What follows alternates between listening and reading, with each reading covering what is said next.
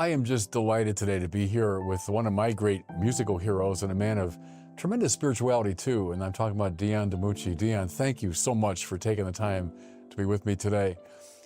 Thank you, Bishop, for the invitation. I've been listening to you for like ever, and here I am. Well, the same is true for me listening to you, all my life, and I'm eager to talk to you about both, music and spirituality and maybe how those two things come together, because you exemplify both, so beautifully. When you arrived today, you had your Yankees cap on, and I really think of you as a real New Yorker. You're a Bronx man, right? Born in the Bronx, near Fordham, near the Bronx Zoo, near Yankee Stadium. And that your music, it's so conditioned by those streets, isn't it? You came up out of that experience. Yeah, it's like black music filtered through an Italian neighborhood, comes out with an attitude. Yo, it's the street sounds, it's the attitude of the streets, Yeah, I know you sense that, of course, in all of that wonderful early work of yours. I read something some years ago I thought was really intriguing and right, that you're a bridge figure in many ways. You think of people like, Sinatra and Tony Bennett and Bobby Darin and Dean Martin, that kind of 1950s crooner, big band sound. Then you move up into rock and roll in the 60s. And you're a bridge, aren't you? There's a lot of that 50s in you and that great singing, and that you can play rock and roll with the best of them. Well, I listened to Louis Prima. My father was a big Louis Prima fan and a big Al Jolson fan. And those guys at that time were like free abandon musicians. Louis Prima would be in the Rock and Roll Hall of Fame if he didn't sing Italian songs. Because Sam Butera, who played sax, one of the best sax players on the planet. Yeah. And I have a lot of some of the crooning stuff. I don't know. I really fell in love with Hank Williams when I was about 10, 11 years old. I heard him on my transistor from a country station out of Newark, New Jersey. And man, I ran up to a record shop up on Fordham Road and I started collecting his records. And when I learned that he had an alter ego like Luke the Drifter, he had these songs where he'd talk about people and compassion and empathy and he's like the hillbilly Shakespeare. Hillbilly Shakespeare, they call him. Yeah. I learned how to live listening to these records while my parents were arguing. I'm listening to Luke the Drifter talk about black and white. What was going on back then in the South? There's so much to me interesting about that, because I'm a big rock and roll fan. Where's rock and roll come from? Well, some mixture of blues, rhythm and blues, a little bit of jazz, a lot of gospel, and country, right? All kind of contribute to rock and roll. Yeah. And Hank Williams, we'll talk maybe more about the mutual hero of ours, Bob Dylan, but Dylan's son, Jacob, said that one time when he was a little kid, his dad would take the kids on these long, long car rides, and it wouldn't talk. His dad would just put on Hank Williams and listen to Hank Williams over and over again. My kind of guy. Yeah, what is it? Because I love Hank Williams, and the voice is not, a refined voice by any means. And the writing, he's rightly called a hillbilly Shakespeare because, it's not at Shakespeare's level, but there's an economy of expression, right? The choice of words is so right, and the imagery is so good. So you were struck by that as a young guy. And his sound, Right. See, I grew up in an Italian neighborhood in the Bronx. Yeah. And my uncles and what they listened to in the bar rooms, what was coming out of the bar rooms were all the Italian crooners, like Al Martino and Sinatra and Tony Bennett. When I heard Hank Williams, he grabbed onto a word, and especially at the end of a sentence, he would dig into it and rip it off at the end. Yeah. And no vibrato at all. Uh-huh. He was just so committed mentally, spiritually, physically, emotionally, and it just grabbed me. It does grab you now, even now, doesn't it? When I hear his songs, those simple songs, but they hit you at the level of the soul. And he's dead at the age of about 29, isn't he, Hank Williams? Yeah. Drank himself to death, But yet, the one I heard recently by him was I Saw the Light. So he comes out of that experience of, addiction and he kind of rediscovers religion. and writes this tremendous song about the Lord, you know, and with that penetrating simplicity. I think it's very cool that you were so struck by him as a young guy. I wonder sometime, you know, even myself, I've written songs. Like I wrote a song called Born to Cry, and the last verse it said, I don't know, maybe soon the master will call, and when he calls, I won't cry at all, you know. I didn't know God from a hole in the wall, but I'm writing about God. Yeah, yeah. So I don't know a lot about these guys. They're close. They're, you know, God's in our lives, but we're not conscious of it.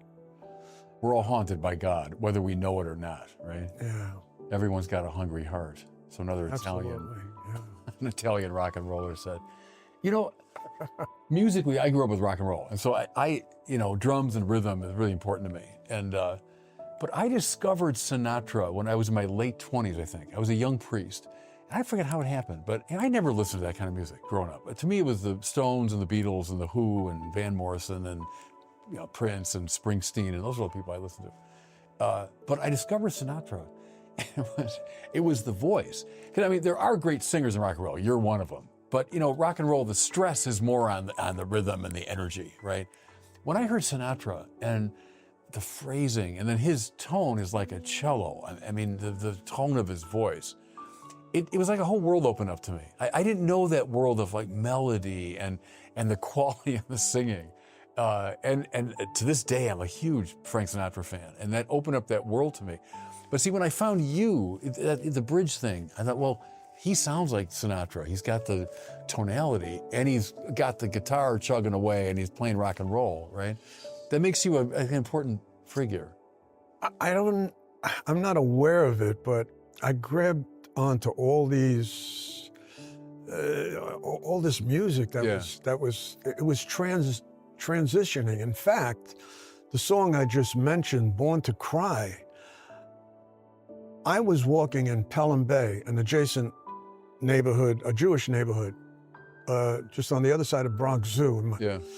And I was passing a synagogue, and I heard this cantering sound. You know, I know now they call it cantering, but I went in, I had my tank top on. I didn't know, I was like 16. I'm like, yo, what's going on here? What is this? And I meet Henry Rosenblatt, and he says, come back here. And he brings me in the back, and he's playing me records of his father, who was Ursula Rosenblatt, who was in the original Jazz Singer, you know,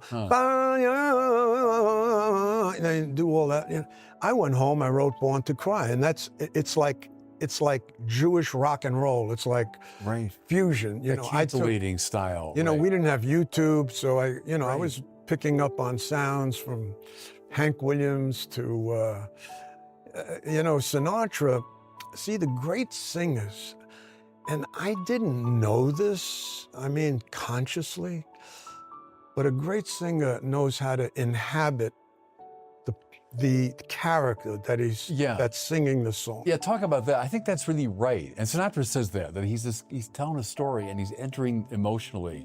You do that in your song. I've always done it naturally. When I heard about it, I went, gee, I never thought about that.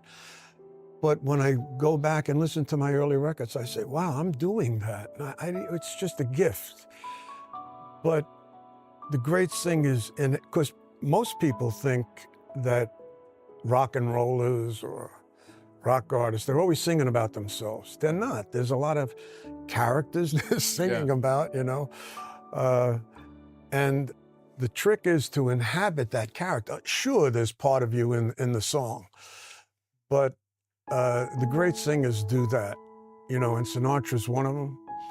And Van Morrison, you could go on and on and on with these guys, but he's one of my great musical heroes too, Van Morrison. I discovered him at the Last Waltz, the famous film about the last concert of the band, and Van comes out and sings, you know, Caravan, and wow, it was the same thing. It was the quality of the voice and the passion of it, and then of course he's a deeply spiritual man too. His lyrics they're redolent of the Bible.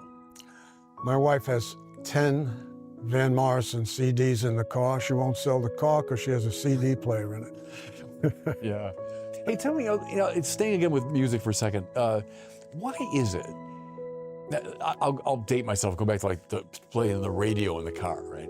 Why is it you listen to a lot of songs and then one of your classic songs comes on, like, Ruby Baby or The Wanderer or, Runaround Sue, and I would sit up in the car and it would get my attention.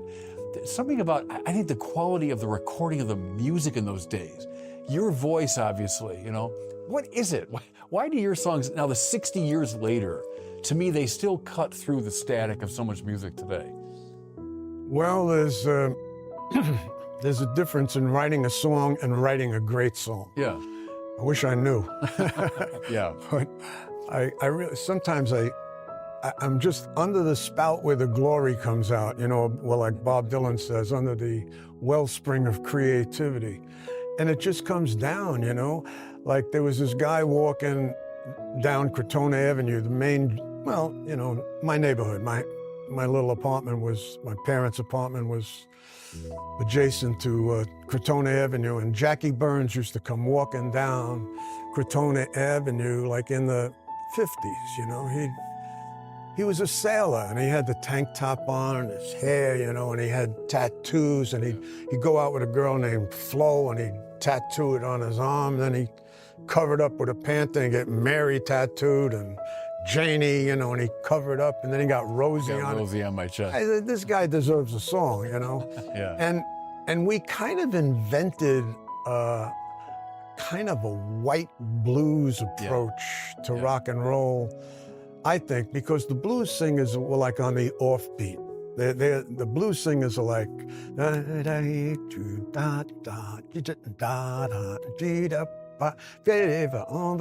they're on the offbeat.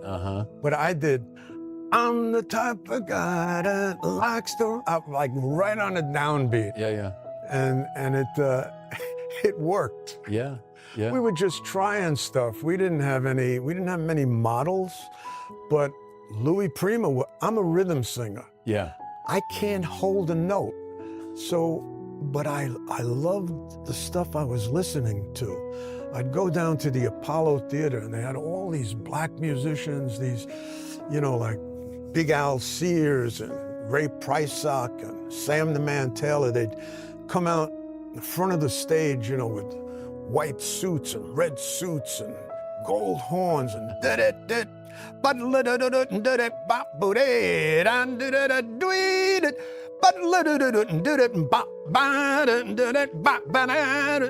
I ran out. I said, I went crazy. I was like 16. I said, I got to do something. Did you, at that drove stage, me crazy. No, to me that's really fascinating. Did you have a musical training in any formal way? None. So who gave you the guitar? How old were you? I had an uncle who bought me a guitar. This is a funny story. He bought me a guitar because I know we're all over the place with That's this, right. but I heard a singer called Jimmy Rogers. He sang, "You're the one who really gives me a buzz. I didn't think I could last much longer, but it shows you just how wrong I was." And I was like, I heard that, and I ran out of my house up to the corner, and I told the guys, I heard a guy rhyme was with buzz. And they looked at me like, what's wrong with this guy? Something's wrong. What'd you eat, And I had to, so I started telling my uncle, and he bought me an L1 guitar. It was in a pawn shop. Yeah. Gibson. Yeah. If I had that guitar today, I could sell it, I could retire. Right. That's a beautiful guitar he bought me. I didn't know anything about guitar. Who taught you how to play it? Well, I learned I bought one of those chord books. I forget the name of it. Yeah. Those chord books, and I learned one chord, 2 chords. When I got 3 chords, I was in. I could sing all Hank Williams songs. 3 chords in the truth. And I went out to the corner. I said, "This is what I heard. Yeah. You're the one who really gives me a buzz." I started playing. Yeah. I had a show, and then they'd say, "Do that again," And then a funny thing happened to me. I was sitting on a stoop one day, and there was about 8 guys in front of me.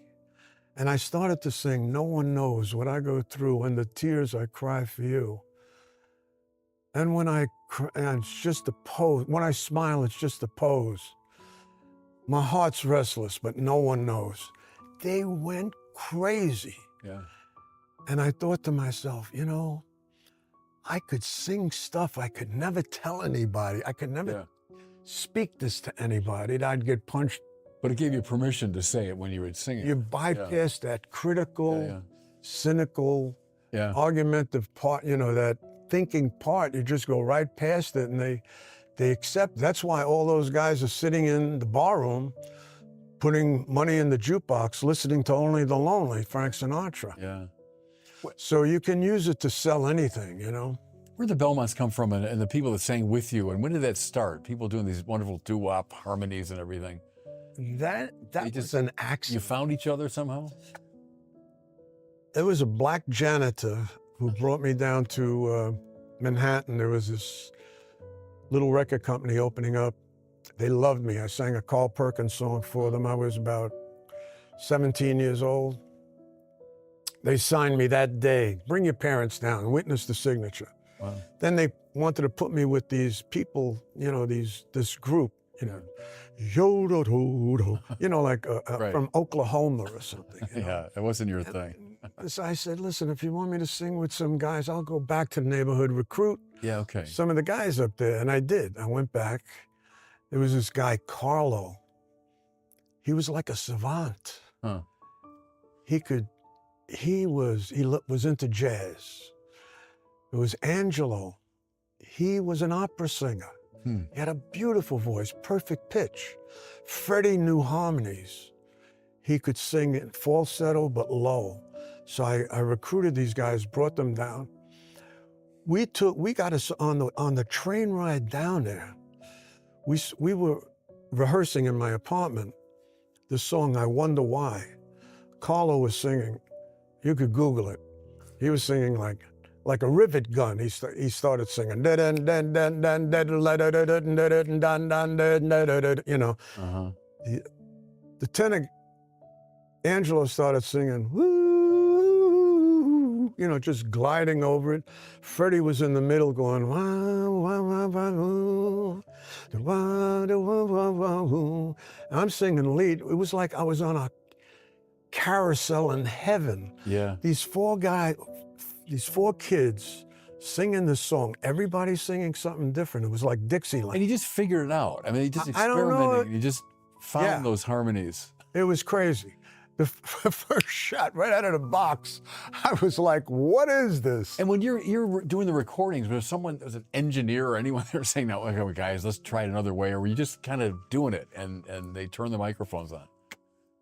The only thing is when they brought musicians in, they started playing. I didn't like what they were playing. You know, I thought it was like a little, but everything worked. Everything worked. No, as I say, those songs, they jump out of the speaker at you. Even today, they're like, boom, they get your attention. And it's a combination of all that. It's the singing, it's the harmonies, it's the immediacy of the recording or whatever, but they're amazing. You know what it is? I don't know what era, you're a little later.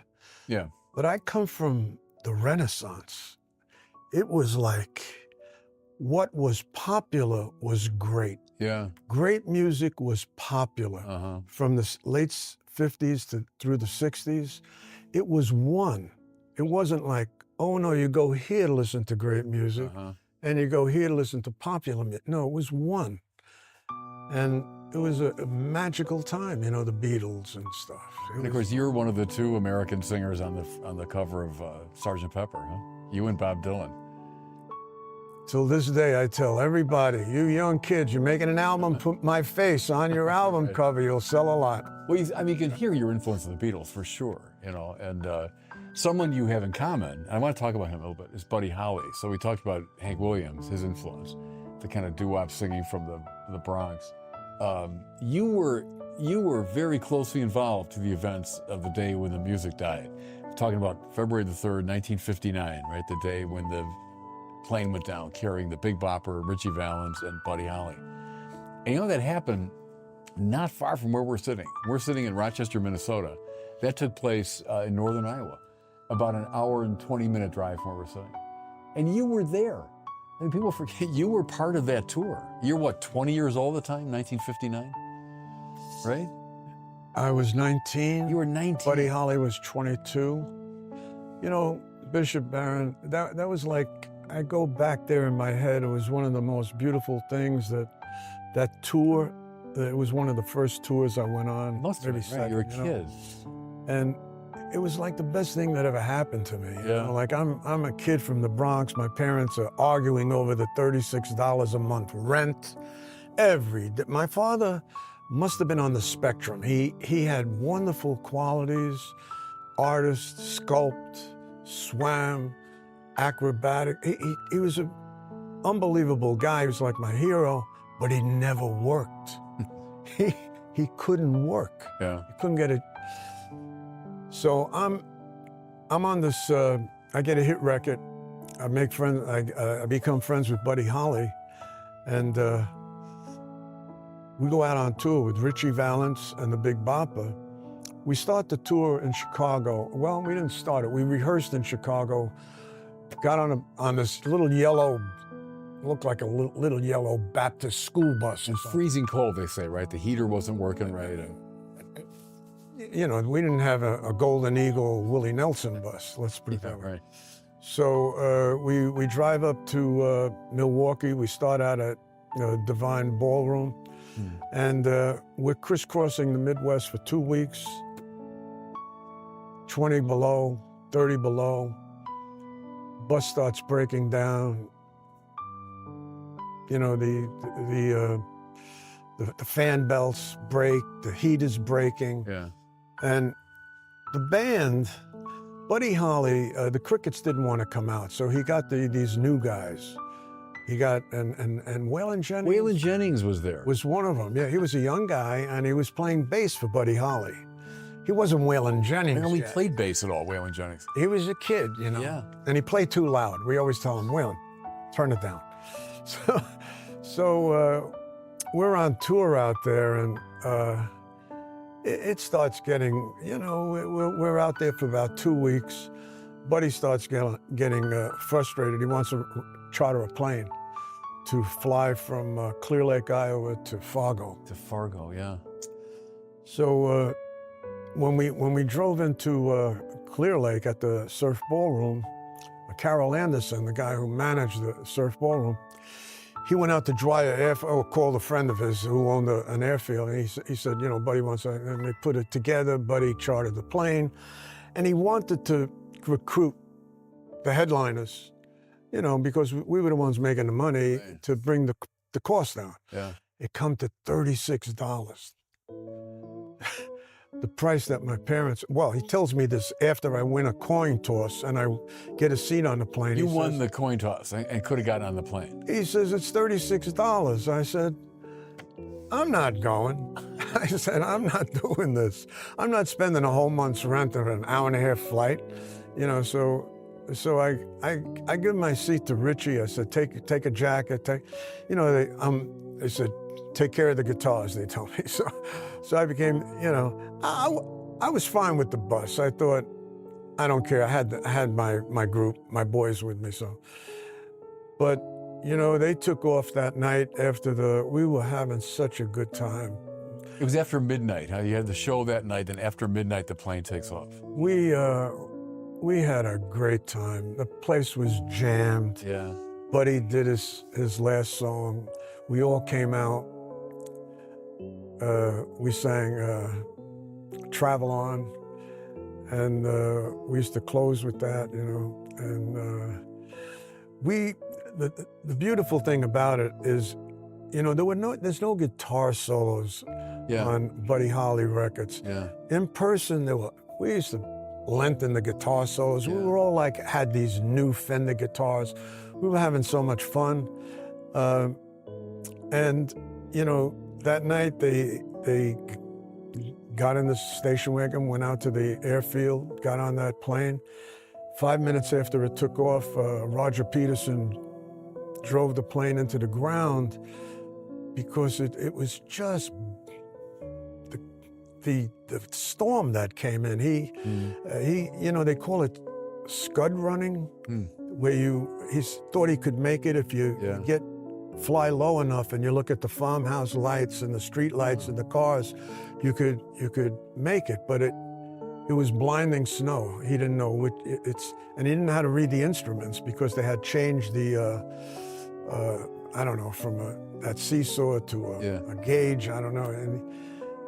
And if you're a little off, if you're not level, you will drive the plane right into the ground, like it happened to John F. Kennedy Jr. Same thing. Yeah. And when you don't know he didn't know which way, you know, if he was level. And the next day we arrived, and you know, the locals were watching this TV in the lobby of the hotel. You were already up in northern Minnesota. You had left by car, huh? Or you were still there? We took the bus all night. We didn't know anything. So you know it happened. We didn't know anything about it. Wow. And when we got to, I think it was Moorhead. Moorhead, right. Walked into the hotel, and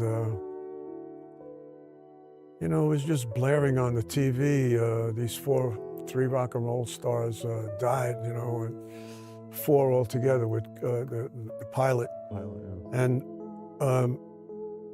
it was hard to, it was hard to digest. You didn't know what to do with it. I went out to the bus.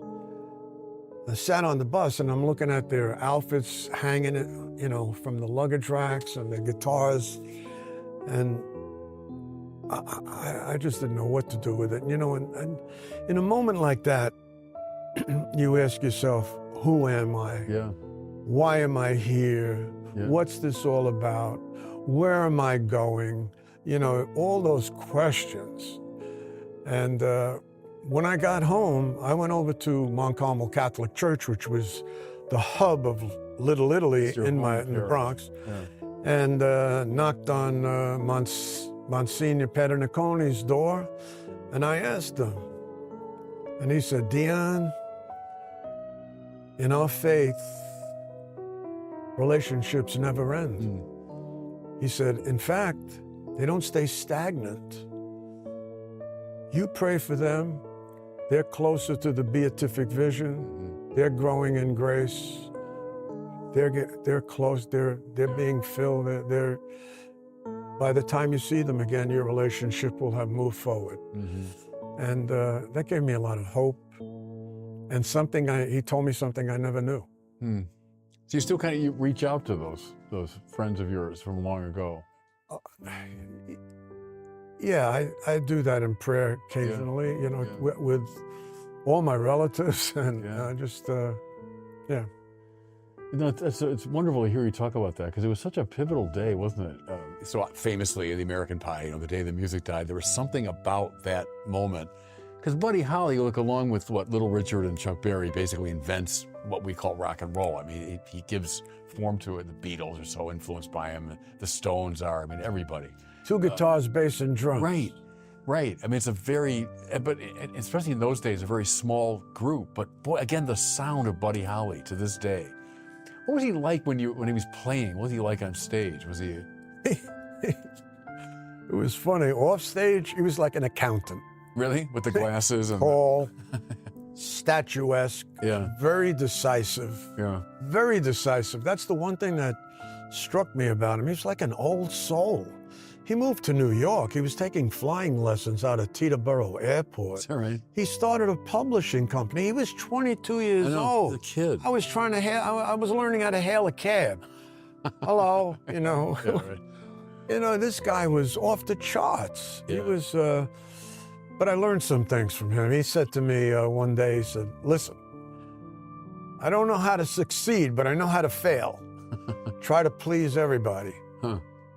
And you definitely will fail. Yeah. So if he did tell me that, I don't know if I would have made Runaround Sue or The Wanderer or Ruby Baby or any of those records. Yeah. Did you notice this? It really struck me when I listened to Bob Dylan's Nobel Prize acceptance speech, right? And he says, well, you know, where it all began, and you're expecting him to say was with Woody Guthrie. And we all know that story, you know, Dylan and Woody Guthrie and going to New York and meeting him. He didn't say Woody Guthrie, though. He said it all began with Buddy Holly. And it was on that tour when Buddy Holly and you, the gang, were in Duluth, Minnesota, and the young Bob Dylan shows up at the concert. And he said, I was right there on by the stage watching Buddy Holly. And he said, at one point, Buddy Holly looked at me right in the eyes, and it was as though he transferred something to me. And it really struck me that, but you wouldn't naturally think right away Buddy Holly and Bob Dylan, but he was the one that got Dylan inspired, he said. He was a force. Right. I mean, just think about it. I don't know if Woody Guthrie would have affected me like that, maybe lyrically. Yeah. But not, you know, like I said, Buddy Holly was like an accountant and off stage. But soon as he strapped on that Stratocaster and walked on stage and took the stance and hit that chord, and it rang for like 10 seconds. Yeah. It was like, hold on to your butt, man, here we go. You know, it was like, and it was a lot of fun. It was, you know, he wrote some beautiful songs. He sure did. Yeah. I just heard one the other day, not That'll Be the Day, or the real famous ones, but another one. And again, the simplicity of it. They're a bit like Hank Williams that way too, the simplicity of it. But there's something about the singing and the arrangement that is just boom, you know, it just jumps out at you. You know, like I was saying, some people are born remarkable. Yeah. And they just seem to make the world sparkle. Yeah. And he was one of them. Hey, I want to talk about spirituality now a bit, but as a bridge, I want to use, you know, arguably your greatest song, The Wanderer. Which is a great song, obviously. But probably most people, they hear that song and think, oh, this is a song about some, you know, really cool cat making his way around and full of confidence and he's cocky and all that stuff. But it's actually about a bit of a jerk, right? A guy that has, you know, I got 2 fists of iron, but I'm going nowhere. Exactly. Right? And the wanderer, and oh, it's cool, I'm wandering around. But he's kind of a lost soul, isn't he? Yeah. The narrator of that song. Yeah. Talk about he is. But in the 50s, everything was done in a major key. Yeah. And it rocked. So people take it a certain way, you know. Yeah. Today, it would probably be done in a minor key. Yeah, okay. Maybe do a little slower or something, you know. But I always say, you know, I was doing an album called Yo Frankie in New York, and I sang on a cut, Lou Reed's new album, Dirty Boulevard.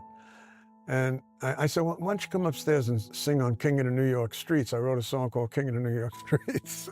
It goes, people call me the scandalizer. The world was my appetizer. I turned gangs into fertilizer. I'm king of the New York streets. Yeah. It's like, yo, the kid is here. Right. So I was always like into this satire, you know, those songs, when I heard Muddy Waters do I'm a Man, Hoochie Coochie Man, it just, there's so over the top. Right. You know, so I did a song called I'm the Gangster of Love. Baby, don't you want a man like me? I got the cure. Yeah. You know, all these, you know, I'm king of the New York streets. I'm the wanderer. You know, so Lou says, you know, you got to move on from the wanderer, Dion. I said, Lou, this is satire. If you get satire, you get me. I said, this is so much fun to sing for me. You're mocking that character in a way, right? You're mocking. You know, King in the New York Streets ends with, I was wise in my own eyes. I awoke one day and I realized this attitude come from cocaine lies. I'm king of the New York streets. You know, it tells on itself, you know. But people still go, yo, you're king of the New York streets. I say, no, did you listen to, you're out of line. You're king of the New York streets. Yeah. No, but you were seeing through to the spiritual heart of some of that stuff. And yes, the hunger for God is always there, but also accompanying it is attachment and is addiction and all the false paths we take, looking for God in all the wrong places. Everyone's looking for God, but we get hung up on all sorts of stuff. You mentioned in the book something that you took from me was the whole wealth, pleasure, power, honor, right? Absolutely. Well, look, I got that from Thomas Aquinas, and it was your parish priest, right, taught you about Thomas Aquinas as a kid, and the life of virtue is the happy life, right? That's exactly it. Is Thomas says, we're all trying to find God, but we make these mistakes. We say, well, if I have enough wealth, I'll be happy. I have enough power, I'll be happy. I'm the king of the New York streets. Look at me. I have enough fame. Everyone looks up to me. Right. But all those things are dead ends, right? But it's like we have to live through it. You can't just hear that message and then get it. You have to kind of live your way through it. It's I don't know. I work with guys a lot. I hear them a lot. Newcomers, and people that are, because I'm in a spiritually based 12-step program, and I hear a lot of the guys coming up, and it's just the same pattern, Yeah. What happens is you think, well, if I get the money, Yeah. if I get the job, the position, if I get that position, And I'll be happy. I get the girl, Right. honor, I'm in. Yeah. I got it made. And then you're going, but something's missing, something's wrong. I don't know what it is. You start drinking and then you get lost in that, or you're doing this and that. And I know how to get over this. I need a little more money. Yeah. I need a little Yeah. more sex. I need a little, Right. and it just goes nowhere. And it'll beat your brains in. What happens is a lot of guys, I have a lot of friends that fall in love with the search for truth. Yeah. Capitalize the word Yeah. search. Yeah. They look sensitive, I'm searching, and they stay there. God forbid they should make a decision Yeah. and commit. That's a whole other deal, because then you got to change. Yeah. That's a whole other deal. And by the grace of God, that happened to me. And when I think about it, I just look up to heaven and say, thank you, that you broke through that cynicism, that critical, argumentative person I was. I'm from New York. I want to argue with everybody. Yeah. I'm right. I got to win. I got to be better. Yeah. All that. You just watch the Jersey Housewives, or the New York Housewives, and you see it. Yeah. No, I'll go back to Dylan again, because you mentioned him in here when you listen to Like a Rolling Stone, which is, I think, his greatest song. It's my favorite song. I think it's a song that's all about the spiritual life, ultimately. Once upon a time, you dressed so fine, through the bums of time in your prime, didn't you? You were something. You thought you were really, But how does it feel to be on your own, like a complete unknown, like a Rolling Stone? And you think, okay, that sounds great. I'm just going to be a Rolling Stone. I'm going to do whatever I want. But that's not it. That language of Dylan is like the spiritual masters, right? Because you're riding high and you're finding wealth, pleasure, power, honor, and you think you're hot stuff. But that's not it. When you're freed from those attachments, you're on your own, a complete unknown. No one knows you. Don't worry about fame anymore. No direction home. There's no going back. That's the Israelites, right, leaving Egypt. Oh, we want to go back. Take us back to the flesh pots of Egypt. At least there we had enough to eat, Right. Yeah, but you were a slave there. Oh, no, I want to go back home. There's no direction home. You keep going, And like a rolling stone, it's often occurred to me, a rolling stone isn't going where it wants. A stone follows this natural path. See, well, that's all of us, right? We're wired for God, and God wants us free from all that stuff, so that like a rolling stone, we can follow our natural tendency toward God. So that there's sort of that wonderful cry of freedom in that song. How does it feel? Well, it feels great, because that's what the spiritual life's all about: freedom, right? But properly construed freedom. Well, you hit me right between the eyes. I read Catholicism, or I was watching the Catholicism series. Oh, yeah. And it was back in 2014. 2011. It came out in 2011, yeah. I'm watching this series, and somewhere along the line, you mentioned this thing, which is so, it reminded me of the program I'm in, very much so. Yeah. And you said, you try to fill your life with wealth, pleasure, power, and honor, and it doesn't work. There's something, and you think it's going to give you freedom. And if you don't have God in your life, you'll continue along those lines, and it's not going to take you. It's a dead end. It's addiction. You said, but with God, the achievement of freedom and peace and the good He makes it possible. And And I thought, well, I've been working these 12 steps, and I understand what that is. I get it. And when you have that spiritual awakening, he shapes your desire for those things. When I was doing it, it was disastrous.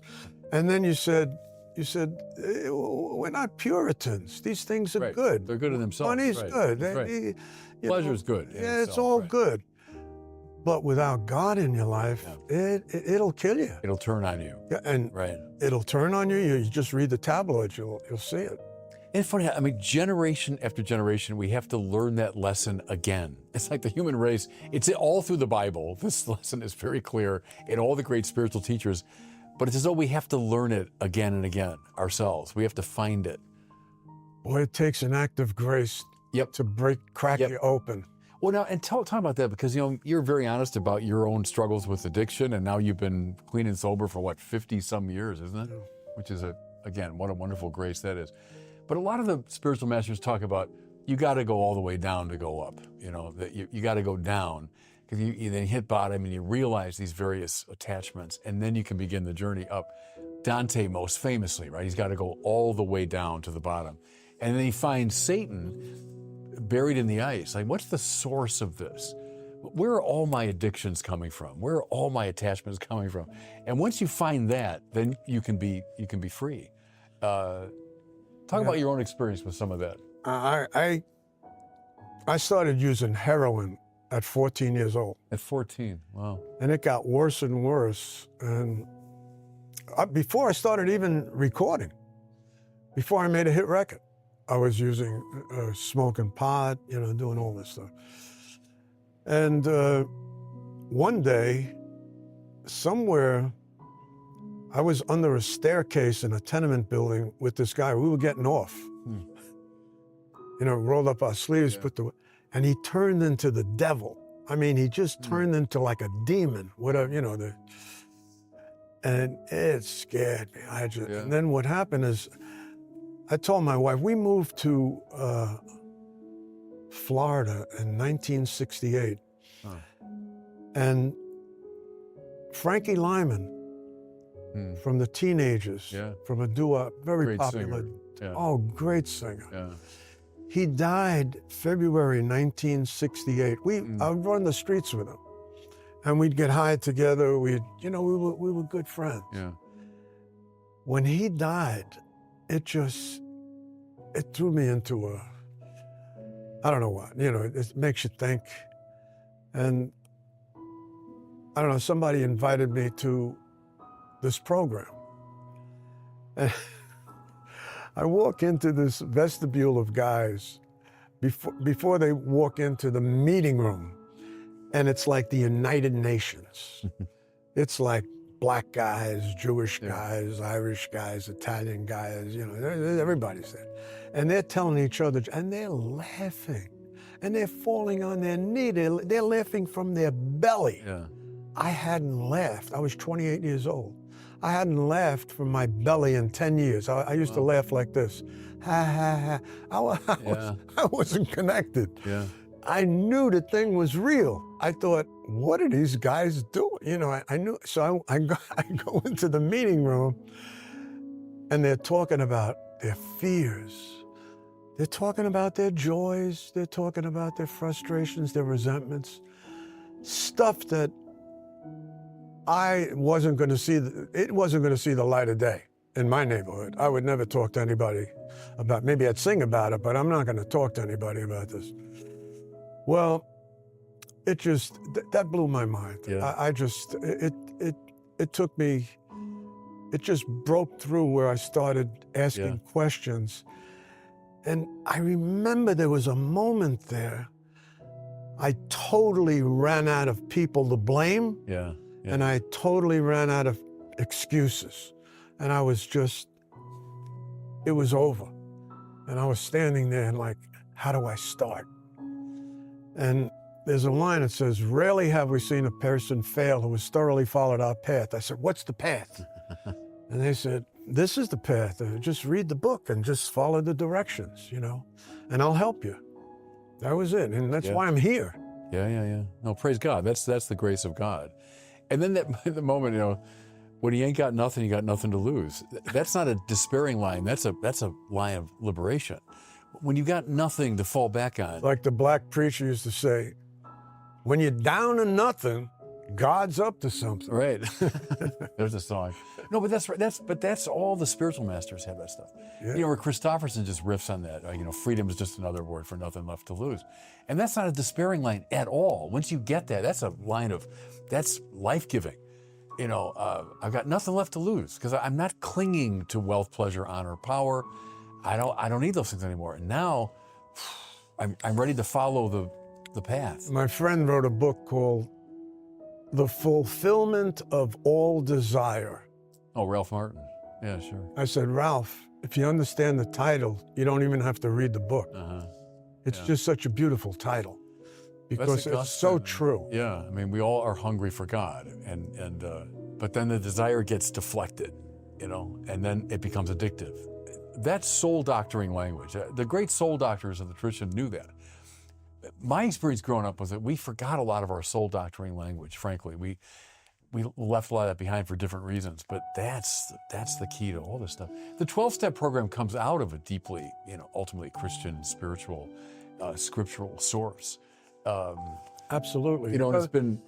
They gleaned it from the disciplines of St. Ignatius of Loyola. Quite right. Yeah. Yeah. Quite right. And so the church should claim that and celebrate it because it's liberated all kinds of people in this beautiful way.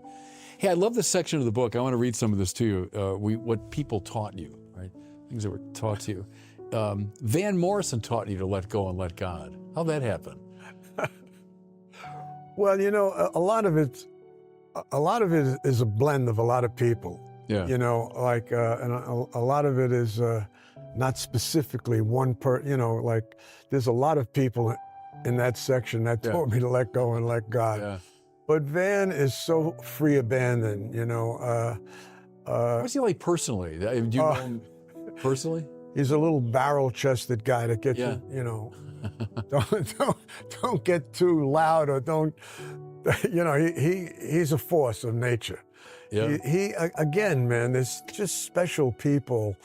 I love being around the guy, it just... came on recently with Tupelo Honey, I heard recently. That wonderful song of his? That's what he sings.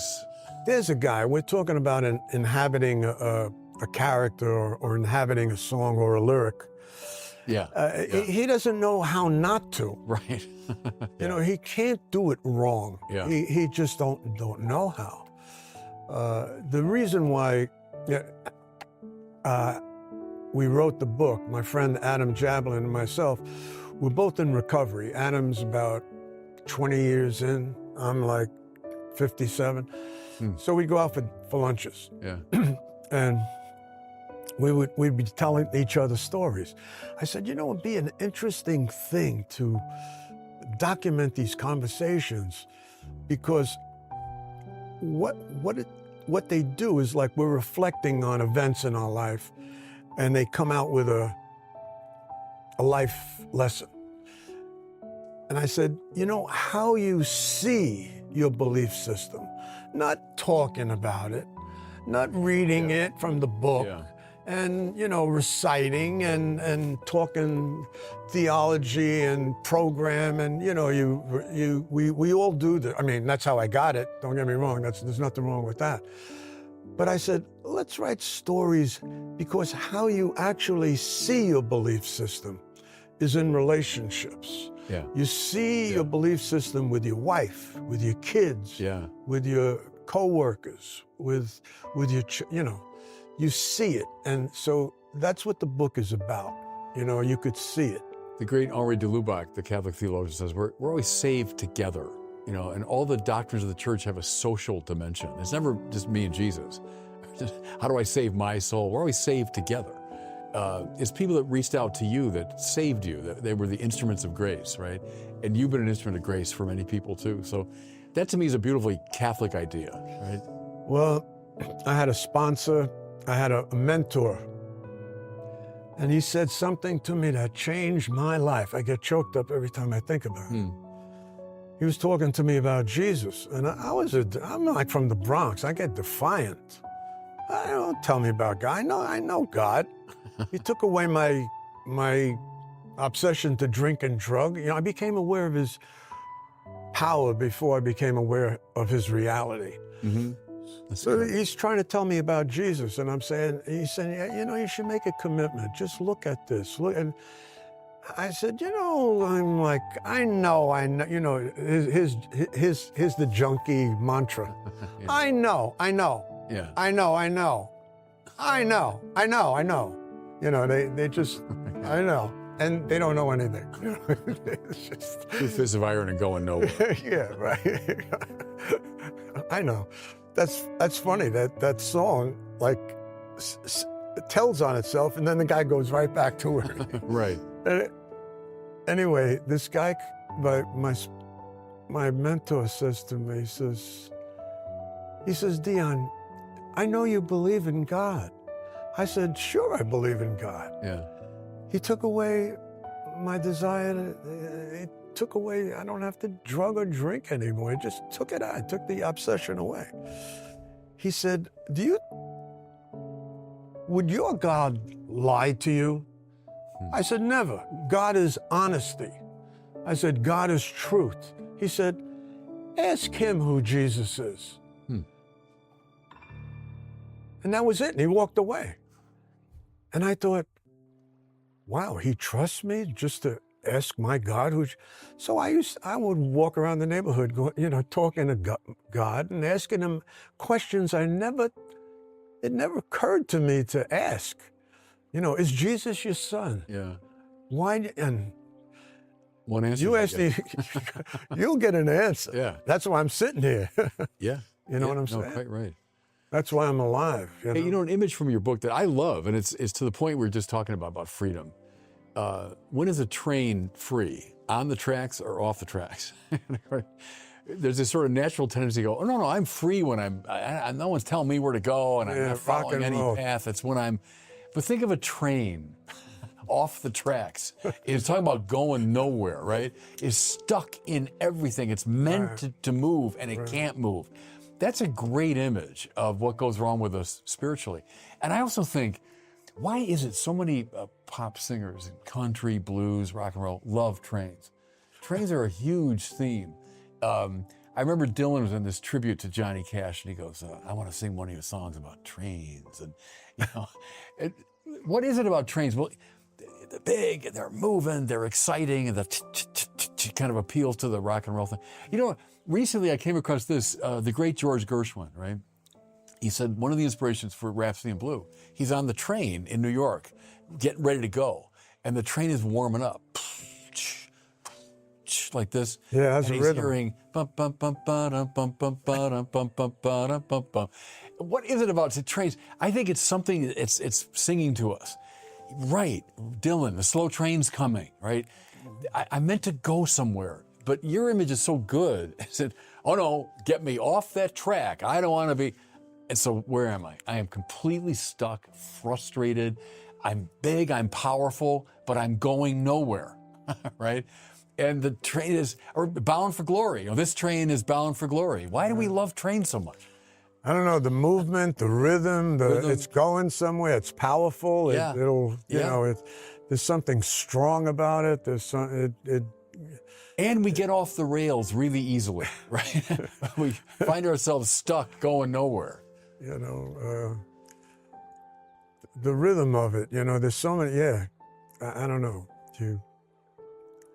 I wrote a few songs about Train Bound for Glory, Yeah, but that image helps me a lot, the train on the tracks or off the tracks. And, it's conventional to say, oh, no, I'm going to be really something. I'm off the The thing with rock and roll is it's absurd to think they're against structure or any kind of discipline. It's a dirty word. Like in New York, when I came into this program, they talked about the surrender. I said, surrender? I'm from the Bronx. Yeah, I don't surrender to anybody. You get my head and you beat it on the concrete, I'm not going to surrender. Yeah. You don't surrender, period. Yeah. So what are you taught? He said, no, it's not running away from anybody. It's running to someone. It's a sweet surrender. So I wrote a song called Sweet Surrender. Yeah. But this idea that it's so absurd that the structure, it's the moral clarity that the church gives you that sets you free. It's mind-blowing. No one could understand, no rock and roll is going to understand that without an act of grace, because it just doesn't compute. That structure is going to set you free. Yeah. And it's the most beautiful thing in the world. It's just. But I'm always harping on this because everything in the culture, every song, every movie, all the pop stars talk about, it's my life, it's my choice. You know, and most movies are about someone who they're coming down hard on him, and then he or she finds his own path. Like, no, that's not it. It's the Dylan thing again. It's the paradox. Yes, to be on your own like a rolling stone, but that doesn't mean I'm deciding everything. It means what you're talking about is I'm finally liberated from all these things that are grabbing hold of me. I'm back on the track so I can actually move where I'm supposed to go. I'm like a rolling stone going down the hill the way it's supposed to, right? But see, I think the church got bad at proclaiming that message. We became reticent, or we were afraid of claiming our own spiritual teachers. And we needed sometimes rock and roll singers to teach us, you know, these truths. I thought freedom was doing anything you want, especially if you didn't get caught. Right. You know, I didn't know it was the ability to do God's best or do the good, or, you know, it's wonderful to be free. It's freedom of excellence, you know, and that's what we want. That's what you want. Charles Messina from Lower Manhattan, I mean, Little Italy, a great playwright, came over to me. He says, he met me, we went out. He said, I'd like to write a story about you. I said, you know, I've been to some of these plays, and all these people, they start off, you know, they're in a little neighborhood, and they're like, they don't have much, and they have a little problem at home, and they go on, and then at the end, it's da-da-da, they're at, you know, they're at Carnegie Hall or the Rock and Roll Hall of Fame. Yeah. I said, we gotta go beyond that. Mm-hmm. We have to take it to a higher pitch. Yeah. And because success and fulfillment are two different things.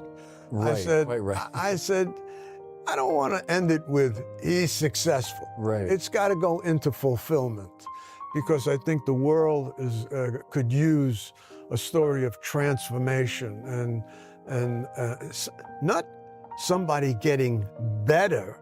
You know, look what he did. He's getting better and better. I tell my friend, I say, I'm not getting better. I'm getting closer. Yeah. You know, because I love what you say, that it's not God punishing you. You're actually punished more by your sins, by what you do, by acting out on these defects of character, the lying, the cheating, the stealing. It pulls you away from God, and you feel judged. Right. Yeah. Because you're moved. You know, you're not, because God is love. God allows you to. Right. That's right. It's the friction set up by resisting God that we interpret as punishment. But it's not God being cruel to us or arbitrary, and it's all designed to lead us back to Him. Right. Get the train back on the tracks. Hey, tell me, as we're coming to the end of our time, we have mutual friends in Scott Hahn and Mike Aquilina, both fine people, huh? And they've been good friends of yours. Love them both. Yeah. Well, Scott Hahn, we all know, and he's just... But Mike Aquilina is another story. He's written over 50... Yeah, he's an amazing guy. Oh, man, he's unbelievable. He's written over 50. He's a patristic writer, you know, the first 300 years of the church. Yeah. Do you have time for this story? Yeah, go ahead. I'm in Rome with Scott Hahn. Yeah. Mike Aquilina, I didn't know. He was on the bus, 30 people on the bus. Yeah. We're standing under a statue of St. Jerome. I say to Mike Aquilina, ignorance of Scripture is ignorance of Christ, St. Jerome. Yeah. He goes, the Thunderer. I said, the Thunderer? What's that? I said, I know the Wanderer, but what's the Thunderer? So he starts telling me about St. Jerome, you know, back in the day. I don't know, I think he lived in the 300s. Difficult guy, yeah, 300. Yeah, difficult. He says he would curse at people. He had no patience. I said, what do you mean? He's a saint. How could he become a saint? He goes, takes all kinds to make it to heaven. I said, oh my God, I got a chance here. You know? I said, this guy deserves a song, you know. And then I start looking at it, and Saint Jerome came from, you know, I don't know. His like Croatia, Croatia. that area, his right. mother sent him to Rome. Yeah. What was it? Pope Damius? Damasus. And he saw how bright he was. The brightest of the bright would be sent to Rome. He saw how bright he was. He said, I want you to translate the Bible. So he translates the Bible from Greek to Latin. Yeah. And Hebrew to Latin. He did both Old and New Testaments. I know, but after he did that, he didn't like the Romans. He didn't like the way they dressed, the way they talked. So he moves to Israel. And there's, you know, we're talking about this. So he moves to Bethlehem, and he makes friends with a rabbi. He learns Hebrew, and he translates it again. Now, this gives ignorance of Scripture. Yeah. There's ignorance of Christ, new meaning. I mean, the guy knows every word from every language. I don't know, you know. So I wrote a song called The Thunderer, you know, St. Jerome, you know. God's angry man, his crotchety scholar, was St. Jerome, the great name caller, who cared not a dime for the laws of libel, but in his spare time translated the Bible. Right. St. Jerome, the Thunderer. Excellent, yeah. So now in the Bronx, the football team at St. Jerome's High School is named, they're called the Thunderers. Oh, is that right? Pretty good. And they use and that's, that's pretty good. That's he's kind of like a guy from the Bronx, isn't he? St. Jerome had a little bit of attitude. So Mike Aquilina and I just got together, and we wrote 3 #1 blues albums like during COVID, you know. He is a find, you know. It's like we got along so well that trading words and melodies, and I wrote some of the greatest songs. The last 5 years, I wrote 40 of the greatest songs I've ever written. And Bishop Barron, I don't know how I did it. I couldn't plan it if I tried. I caught a wave. All His grace, huh? Yeah. I think of, you like Thomas Merton as I do, and Merton's famous prayer, which is in line with what we've been talking about. My Lord God, I have no idea where I'm going. I don't see the road ahead of me. I don't know for certain where it's going to end. And I don't even know if I'm doing your will. But I believe that the desire to please you does in fact please you. And I hope I have that desire in all that I do.